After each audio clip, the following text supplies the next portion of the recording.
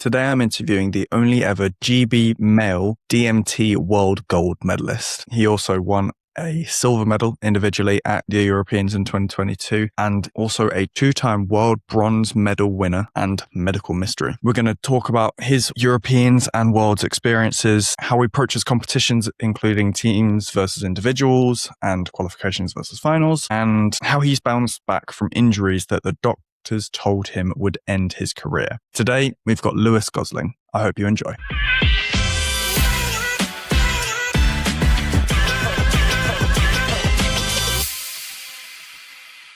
Well, how did you first get into gymnastics and then how did that transition into DMT? So I started gymnastics in 2008. I think I was in reception at the time and I saw the Beijing Olympics was on. And weirdly, the only thing that I saw was a girl on the balance beam.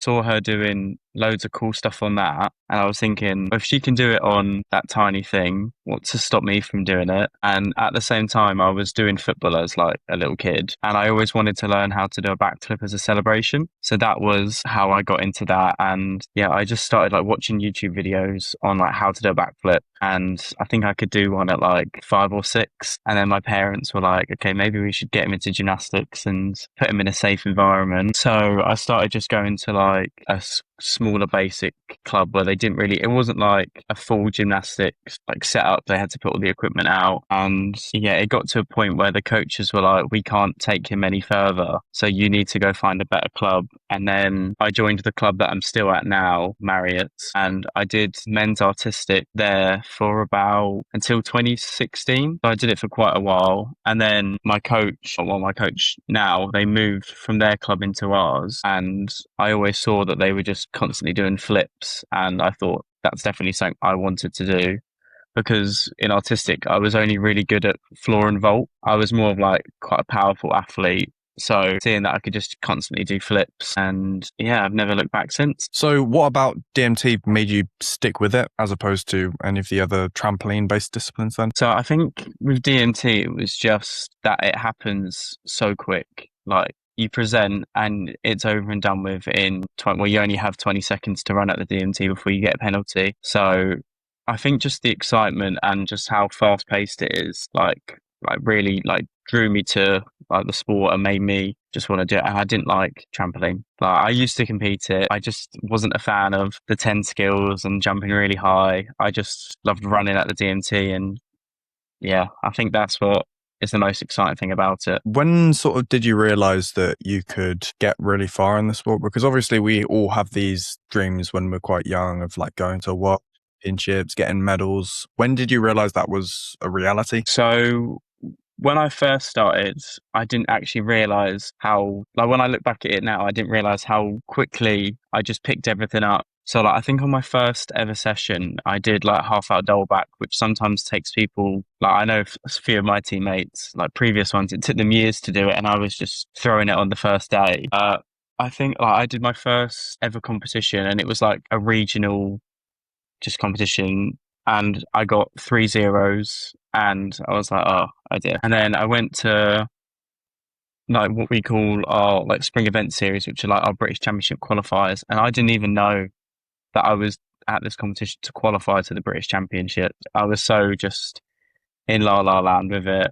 And then my coach was like, yeah, you've qualified to the British Championships. And I was like, okay, like cool. And then I went to the next spring series and my coach was like, oh yeah, you've just hit like world age qualification scores. And I was like, okay, cool. I don't know what that is. I kind of knew what it was a little bit because obviously our coach is the head national coach. So I always knew that he'd go off to GB squad and I was just like, okay, I get a Saturday off. I didn't really like pay attention that much. And then it got to the British Championships in September in 2017. And I knew around then that was the final World Championship qualifier. And I hit the scores and my coach was like, yeah, you're likely going to World Championships. We're in DMT, there's World Age, which is like the junior one. Yeah, so I think World Championships was my 5th ever DMT competition. Yeah, well, me and my teammate Omo, we started at the exact same time. We did the same competitions and both qualified to Worlds within 5 competitions. From starting doing like just straight briny, full twisting back to doing full like straights at the end of the year at like 14. So yeah, we progressed pretty quickly. That is mental. Yeah. So, for those who aren't aware of the sport, how would you describe DMT? The way I describe it to people is I do trampoline because they always ask me, "Oh, you do gymnastics?" They're like, "Oh, do you do like the bars?" And I'm like, "No, I do more the trampoline inside." And then people always like to bring up the Olympics, and then I say, "No, it's not in the Olympics, unfortunately." And then you kind of have to describe it as a mixture of vault and trampoline. So you have the run up of vault, you jump onto a trampoline that's like one trampoline's at an angle and the other one's flat. You flip on, you flip off, and you try and land in this coloured box. And depending on where you land, you get penalties. So it's a bit like trying to land in a dart, like in a dart zone. So I think that's how I describe it. But then most of the time, I just show people a video of what we do, and yeah, that just that excites them a little bit. Yeah, it shows them up a little bit. Yeah, I mean, that was a very similar, well, actually, no, it was like word for word similar to what Omid said. So I'm not surprised. It's like the only way to describe it. It's like if you just say DMT, they're like, okay, what is that? So What in your eyes makes DMT exciting to watch? I think just how quickly it happens, and it's not like, and with DMTs, it's not repetitive. So some people are doing some like crazy skills now. Like someone recently just threw a quadruple pike. So you're seeing crazy stuff like that. And the competitions, sometimes they drag on a little bit if the judges are being slow, but it's normally quite a quick paced competition. It doesn't last for like, so for example, like our team finals don't last about 3 hours, which it's cool to watch, but I think that's why some people like DMT, because it just happens so quick, and then it's on to the next final, which is even more exciting. So yeah, I'd say that is what's most exciting about our sport. I like how you subtly mentioned artistic without actually naming it. Yeah, I was like, oh, I was like, You can do whatever you want. I don't care. I was like, I'm not going to be offended. I can't attack artistic talking to an artistic person. No, I'm But not going to be I offended. remember, Don't worry. like, I watched the 2015 Artistic World Championships in Glasgow, and I remember sitting in that arena for hours, and I was like, and because there's so much going on, like you don't know who to watch, and I think for like the cameras like point of view, sometimes two amazing athletes in artistic will be on at the same time, and they can't film both, so they have to do like replays, where with us there's only one DMT and it gets to show everyone. So I think that's one cool thing about DMT. It's just one equipment, so it allows you to watch everyone. Yeah, that's fair. Yeah. So what in your mind separates like good from world class in DMT? I think I don't even actually know what counts as a world class athlete anymore, but obviously just like qualifying yourself to like any senior major championships, like European championships. I think I don't actually know how to describe between like good and world class. Like I could say people, but I don't want to like Olmo obviously is a world class athlete. Like he is the best this country has ever had. I wouldn't say I'm near that level, but I'd say I'm not bad. Yeah, I think there's some people who are just ridiculously talented, and yeah, like I think you can always tell the difference between world class athletes because they just make everything look easy, they make it look perfect, and they just stick the landings all the time, and I'm quite jealous. Is it like spatial awareness? Is it just a quality in the air? What sort of Well, thing? I think it's a mixture of obviously like they've got the difficulty, they've got the execution, they've got the landings, they've got the consistency. Like our world champion, like Ruben from America, yeah, I think he's on like his third or fourth individual world title. He's got like two world records at the same competition 2 years apart. So he is just insane. So, I mean, you said there that you wouldn't class yourself as world class, but you're certainly not bad. I mean, getting an individual silver medal at Euros 2022, that's pretty decent. Like, That's true. what do you And remember most about that competition?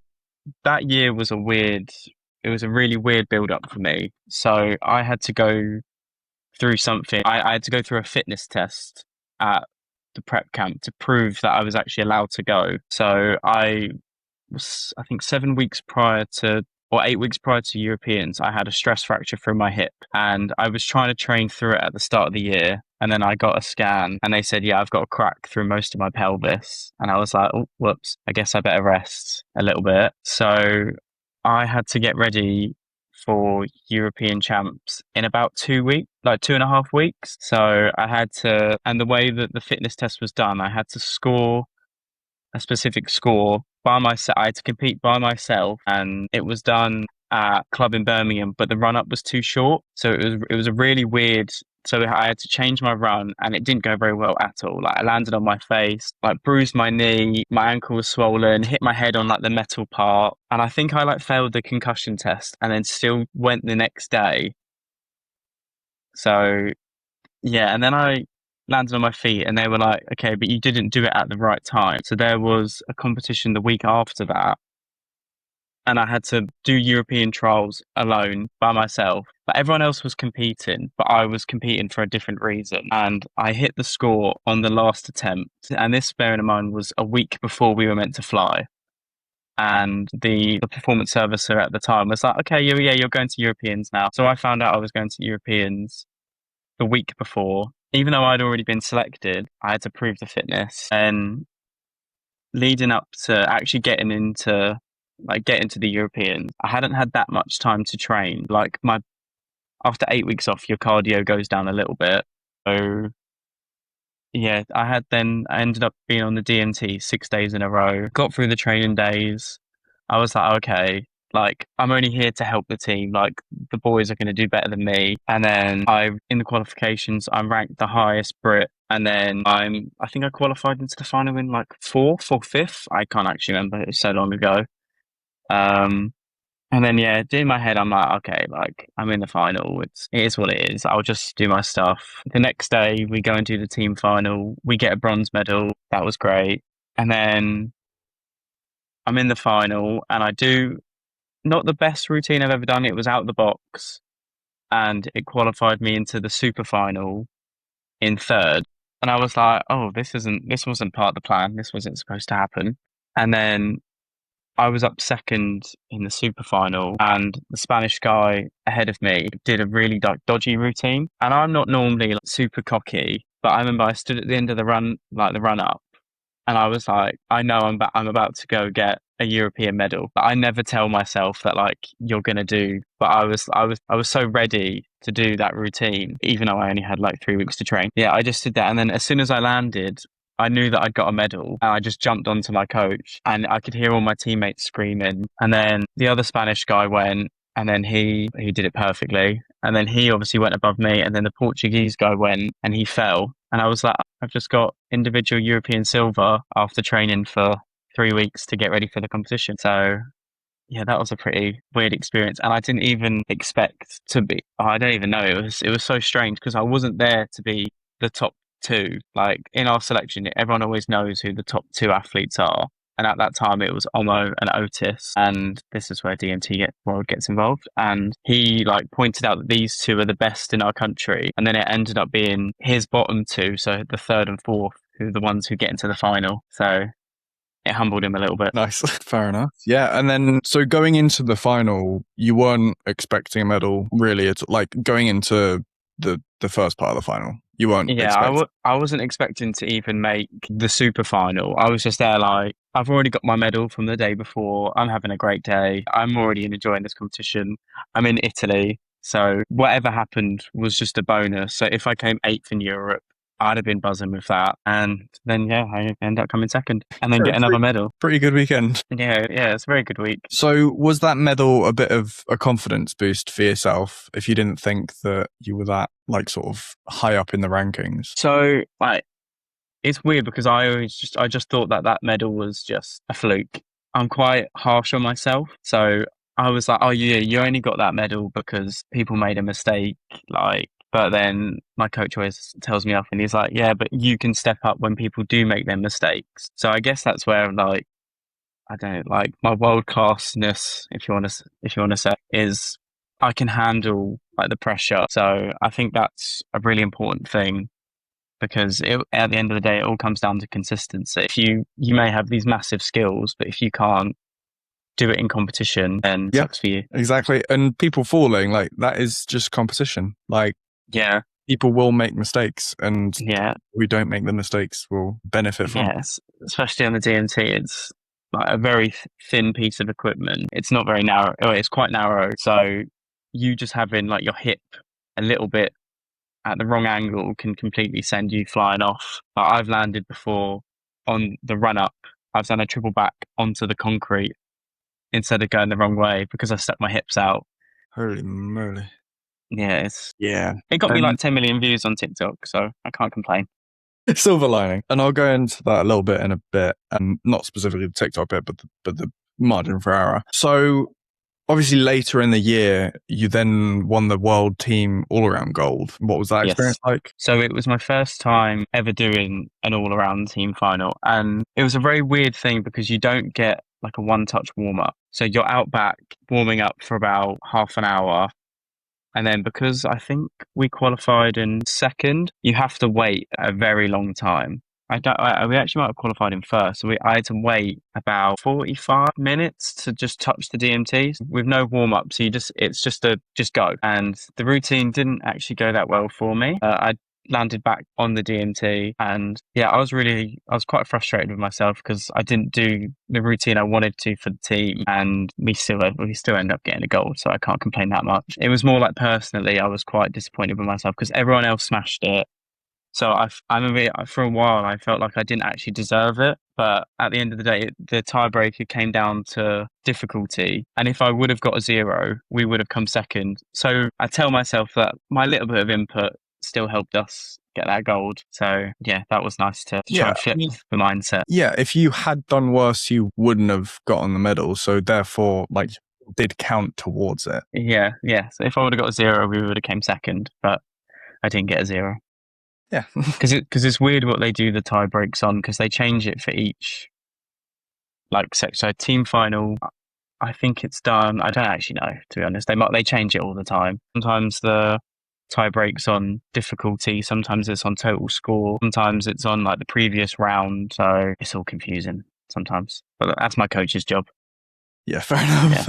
Yeah. So how do you find competing as a team versus competing as an individual? So I've always loved competing as a team. Like, I've done every team final since being a senior, and it is extra pressure because it's not just on you. You're having to not only rely on other people, but you also have to hit your routine for other people as well. Because if you make a mistake by yourself, the only person you've really let down is yourself. So it is so much pressure, and it's not even like you can save yourself. Once one teammate has like made a mistake, almost the whole thing's over. It is quite a lot of pressure, but I think going last always is really stressful. I remember in 2023 Worlds, during the team final, my coach was like, "Oh, you have to beat the Portuguese by like 2," because our team final was done by points. So I think back then it was 5, 4, 3, 2, 1, and I had to get 2 marks above the Portuguese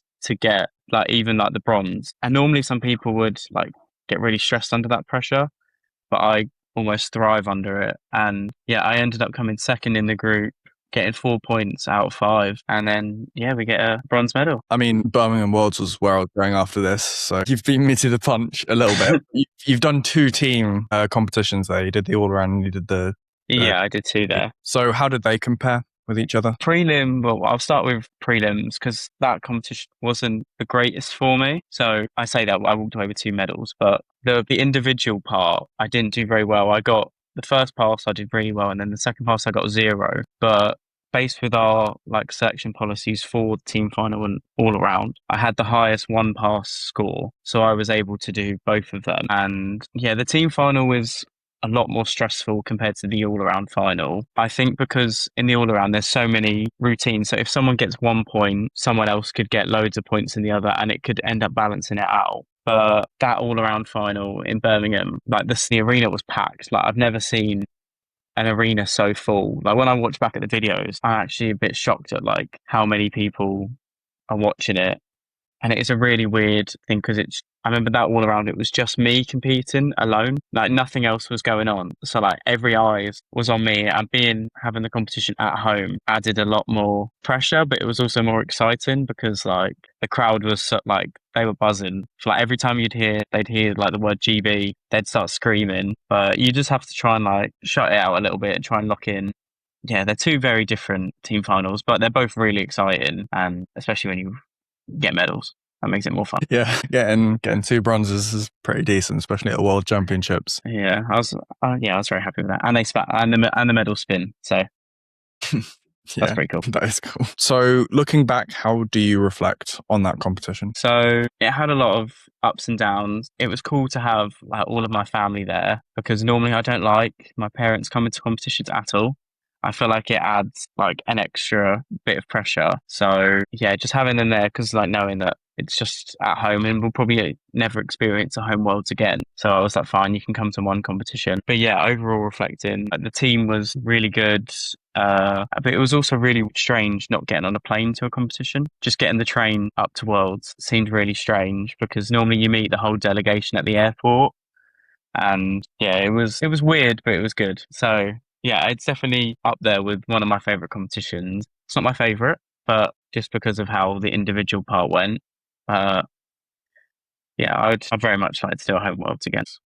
So how have the years been in between then and now? Obviously, you got the most recent Europeans and you got a silver in the team there. Mm-hmm. But what have the years in between been like? Rough. That's how one word I'll describe it. So I've had a lot of injuries in my career, and I had the worst one in 2024. So I got selected for the European Championships. I was like, great, buzzing. I then made the bad decision to go to Bucks, which for those who don't know, Bucks is like the university competitions. And I kind of just went there to like use it as another competition, get myself ready for Europeans a little bit. And on my final go, I take off on the bungee and I do a Miller into the ground. I'm still twisted into the ground, and I looked down and my ankle dislocated. So I saw that my foot, it was just like hanging off a little bit. And bearing in mind, I snapped the same ankle I snapped it in 2018 in 3 places, had 4 hours of surgery to fix it. I've still got 2 plates and 9 pins in that ankle. So yeah, dislocating that was bad. And not only that, I ruptured 7 ligaments in my ankle. And then on my other foot, I had something that's called a Lisfranc injury, which means I tore all the little ligaments like in your foot. So now my foot is like weirdly shaped and I've got a really high arch. So yeah, but weirdly, it didn't hurt at all. I've got a really high pain tolerance. Like I said earlier, I was training on a broken hip for 2 weeks. So yeah, I kind of like called the physio of myself and I was like, I think my ankle's just like snapped. And they were like, yeah, it has. And I was like, oh dear, silly me. And yeah, I was like, oh dear, what are we going to do? So then I got taken to the hospital and they didn't really do any proper checks. It was quite bad. Yeah, they said just a sprain. And I was like, okay. So then I went back to my home physio, and I'm part of TAS, which is very grateful for that. And my physio looked at it and went, that's not just a sprain. So I then got a scan and yeah, the MRI was like, yeah, you've got like 7 grade 3 ruptures in your ankle. And I was like, again, oh dear, silly me. But then I went to go see a doctor because we spoke about surgery to fix it. And he was like, weirdly, your ligaments are healing themselves, which is quite rare for a grade 3. Like normally you need them. And he just kept calling me a bit of a medical mystery. And I was like, I'll take that. Like, I'm pretty proud of that. And yeah, so then I had to take 9 months off after that injury. It was really weird, like, because you take enough time off the sport that you get used to not doing it. So then when I came back, I was like, is this really what I want to do? And during that, I also did have an ankle surgery. I forgot about that. I just forgot that I had surgery. So I had to get all like the little bones removed so I could move my foot more. So that was quite helpful. And then I come back in like the November or December of 2024, and it's like, okay, let's start prepping for World Games trials. And in my head, I was like, sorry, why am I getting ready for that? No, I'm not going to go. Like, Omo is obviously going to be the one to go, but we took it more as a just get yourself back out there because your last time competing was traumatic. So I went to that trial. I didn't have a lot of difficulty. Like I obviously wasn't ready for it. I was ready, well, probably not physically, but we move on. But during that time of getting ready, I had to do the routine that I did at Bucks. So I was prepping that and it just kept going wrong.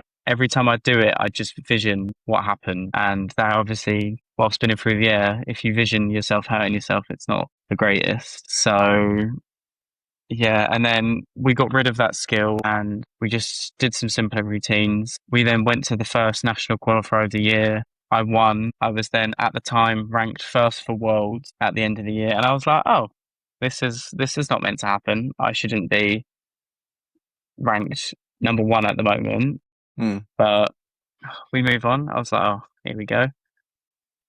Yeah, then 2025 was a bit of a strange year because I then had another injury during summer. I went to the Coimbra World Cup and did a triple front half mount, jumped off the side onto the concrete and ended up breaking my heel. And I didn't actually know at the time. So I thought it was just it's very dangerous. I think I'm so fragile. But I think when we looked at the mechanism of injury, it was like a 3 meter fall onto concrete, which will break anyone's foot really, unless you're like Superman. But I remember I went to the physio and I was like, oh, I think I've just got a bit of a bone bruise on my heel. So I put ice on it for 10 minutes and then ran back at the DMT and then trained the next day and then competed, got a scan, and yeah, I had a crack through my heel. Yeah. Again, a silly me moment. I don't think it's like you're fragile. I think you just don't realize when you've broken a bone. Yeah, but I probably should know, like, it's my degree. Like, I did sports therapy. I cannot take my own advice.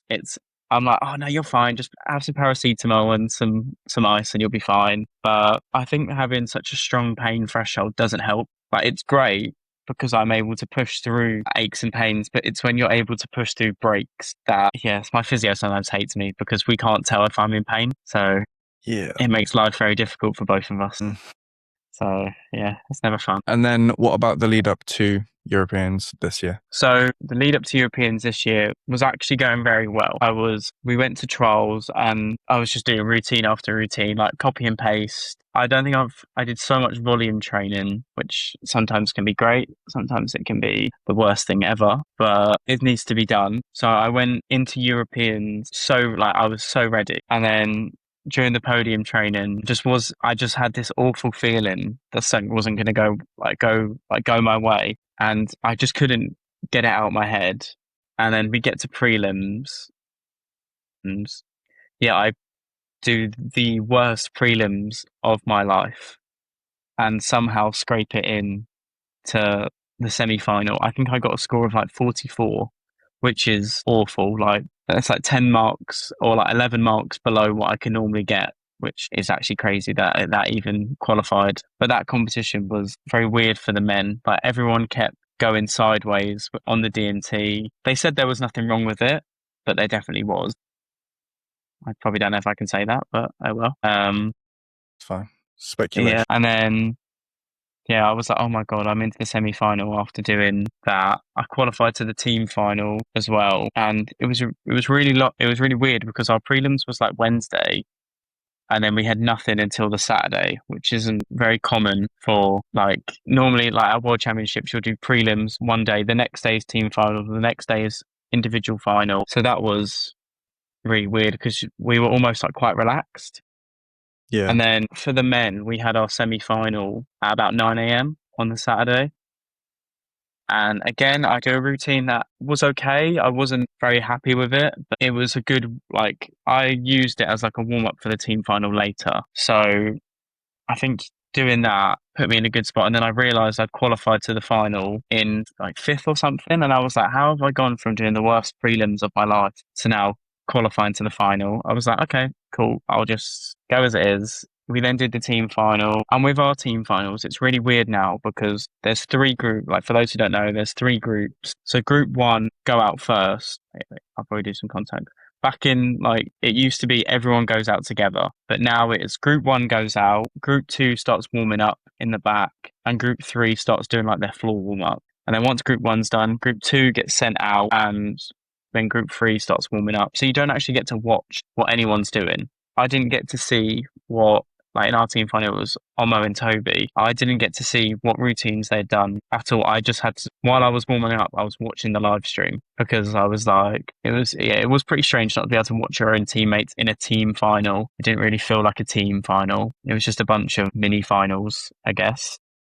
Yeah. But I think it was watching them, like Omo get the maximum points of 10 and then Toby getting 8 points. It put the pressure on me a little bit because I was like, oh my God, like I'm up last and yeah, these two have just smashed it. So now I have to go out there and smash it. And I was against like, I think their best, like the Russians' best team member. Because normally how team finals are done, a lot of countries put up their best athlete last. So obviously our best athlete is Omo and we put him up first. Because you almost got to try and play the game a little bit. So yeah, going into that, I was like, here we go. Just like land on your feet and hopefully it goes well. And then I landed my routine.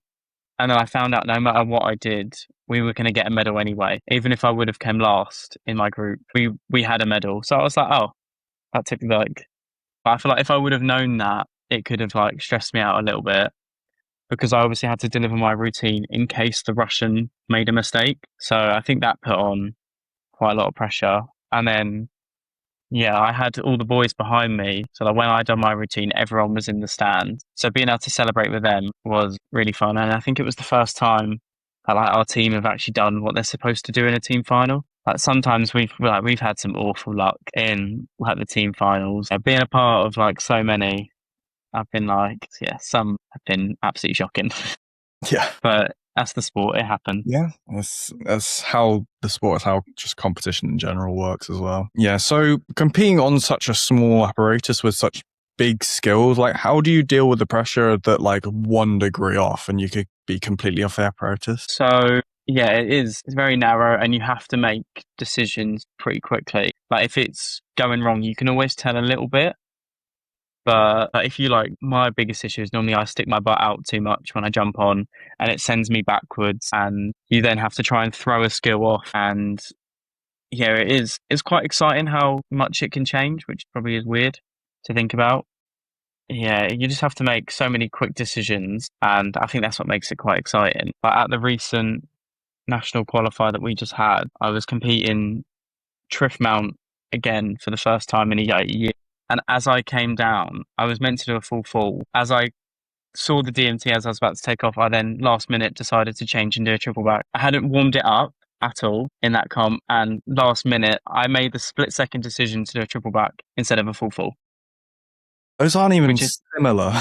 They're not similar at all, but because all the ones in warm up are going quite bad, and I feel like I could just do a full straight off anything. And when I realized that the triff was really good, I was like, I actually think I've got too much power to be able to control a full fall. So yeah, I just did a triple back. And yeah, everyone was a bit like shocked. My coach was like, even though I was shocked, I was like, I don't know why I just did that, but I landed on my feet and I'm happy. So yeah, fair. Yeah. Fair enough. So does your approach change from like qualifications/prelims to finals? Does your sort of approach to the competition change? So I don't think it really does. I sometimes find prelims really stressful because it obviously controls your whole competition. If you do a bad prelims, then your whole thing's over. So normally during prelims, I'm like, I only want my coach on the floor. Like sometimes you can have an opportunity where you can have 2 coaches on the floor with you. And I'm like, no, like stay away from me. If I have teammates in like my group with me, I then tend to just hide in the corner. But I don't talk to anyone. But when it comes to individual finals, it's just like, oh, you're here and actually enjoy the experience. So I'm quite different between team final, individual finals. I'm a very different person. I think team final, Lewis can be quite scary. Like, don't even come near him. But final Lewis is just like, oh, he's just here to have fun. And at that competition, it both worked out. But I think for me personally, stay away from me during team final. Fair enough. Do you have any other like habits or routines for competition that help you sort of settle your nerves? I don't think I do. I don't really tend to get super nervous. I get obviously like everyone always gets nervous. If you don't get nervous, then you're lying to yourself or you don't care. But I think I always have to do my little, like before I run, I have to do my weird little, I put my arms up. I have to like wipe so much chalk on my hands, then I wipe it on my shorts. So I think just little bits like that I always have to do. And like when I'm doing a triff, I always have to do like pretend I'm doing it on the run up. So I think just doing stuff like that. Loads of athletes have all their different little. I know one of our old like tumbling teammates always had to do his hair. Like Christoph always had to play with his hair before he went. So people always have their little things. I don't know what to call it. I don't know what the right word is. No, Yeah, they've got their things. Yeah, their habits. That's it. I couldn't think of the word then. Everyone's got their little habit. what goals do you still have in the sport? Ooh.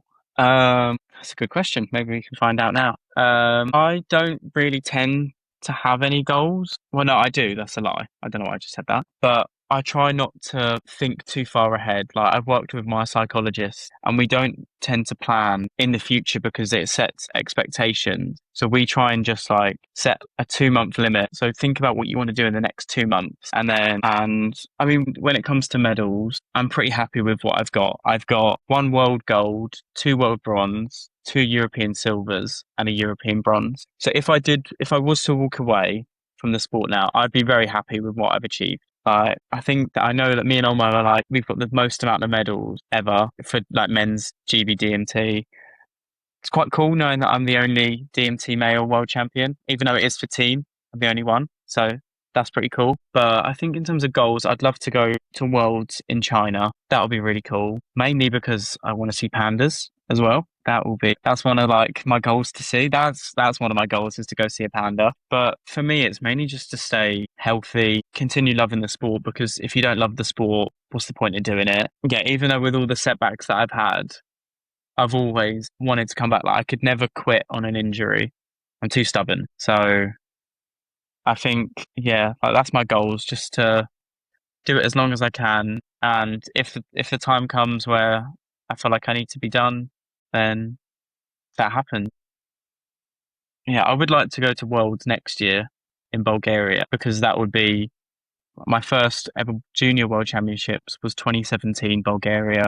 And if I go to 2027 senior worlds Bulgaria, it'll be a bit of like a full circle moment. So that's pretty cool. And I think being like, well, I'm now like the oldest on the team, which everyone always likes to point out. They always make me feel old. I think just being there as like support when they need it, because I am the most experienced on the teams now. So just being there for the boys if they need it's almost a bit of a dad role. Sometimes I feel like I'm the team dad. So yeah, just making sure that everyone's happy, comfortable, knowing what they're doing, knowing what leotard they've got to wear. That's enough for me. Yes. So That's yeah. cool. Awesome. So where do you think DMT as a whole is headed? I think it's definitely going in the right direction. I think since 2019, it's got a lot more popular, and it's thanks to DMT World, which, as controversial as he is, and yeah, that's what I'll go from there. He has obviously increased the popularity of the sport. There's also an American gymnast who makes like loads of YouTube videos. He's got like hundreds of thousands, I think it's hundreds of thousands of subscribers, but his little vlogs, and he's obviously done really well. But I would say I'd have to give a lot of credit to DMT World. Yeah, as much as I don't agree with a lot of the stuff that he does, I do have to give him like credit for what he's done. But yeah, I think the fame, I'm going to say fame, it's not fame, but got to his head a little bit. So, You can and leave the it. fact that, yeah, well, I know I almost said this as well, but I'll say it. And I know like he doesn't include the people who are the best in the sport, which is really strange. Like you'd almost, if there was like some disagreements or some argument, you'd want to just resolve it based on who they are. Like the fact that he doesn't post Ruben is crazy to me. He is at the best in the world, at best like there's ever been, and you're not posting him. So it's like these people are the people who are going to get DMT to the Olympics, and you're not supporting them, showing them off. Yeah, it's very weird. Yeah. So Yeah. how do we get more people watching and understanding the discipline, so DMT itself, but then also the sport as a whole, so gymnastics as a whole? So I think if it was, I don't actually know. Obviously, if it was like posted a lot more, like everyone was doing reels, which I say that I don't post anything about my DMT, but I probably should. Yeah, I think even it just be on stuff on like BBC. It was in Birmingham before 2023, and then it just stopped being on the BBC. And most of the live streams now, you've got to pay €20. For Europeans, my family wasn't there. They all had to pay €20 to watch. So I think if it became free, it would then allow everyone to watch it, because not every single family member can, well, they probably can, but won't want to pay €20 for a competition. And the camera quality for our team final wasn't the greatest either. It was like all fuzzy and blurry. So I think increasing stuff like that, making it more available for everyone to watch, would be a lot better. Yeah, that's my opinions on that. It should be free. It should be allowed. Everyone should be allowed to watch it. And yeah, that's all I think on that situation. All right, we're coming towards the end now. So what's one thing that you want to be remembered for within the sport? I think it would just be almost like my resilience and determination to not give up. Like, if you go through an injury, depending on what it is, obviously, but if you break your leg and a doctor tells you that you will never be able to do the sport again, they said the same thing to me. And did I listen to them? No. And look where I am now. So I think I'd always want to be remembered. I know I won't be remembered as the person who has the most difficulty in this country, but just being like a role model a little bit in terms of like, you can do anything that you want to achieve. Yeah, I think just always believing in yourself. I'd want to be remembered for, just always coming back, always putting on a brave face, and like I said earlier, being resilient, having the determination to carry on. And hopefully some people remember me for like some of the medals I got, but if they don't, that's not what I care about. I don't care about if you know me for what medals I've achieved. So yeah, just stuff like that, I guess. Nice. That probably didn't make any sense, but it's fine. It's good enough, and I can edit around it. It's fine. Yeah, the power of editing's great. Yeah. Thank you very much for coming. No worries. Thank you for having me. Of course. Yeah. Well, thank you for listening. Thank you for watching the Game of Gymnastics podcast. Leave a like if you've enjoyed, follow for more, and I'll catch you in the next one. Peace.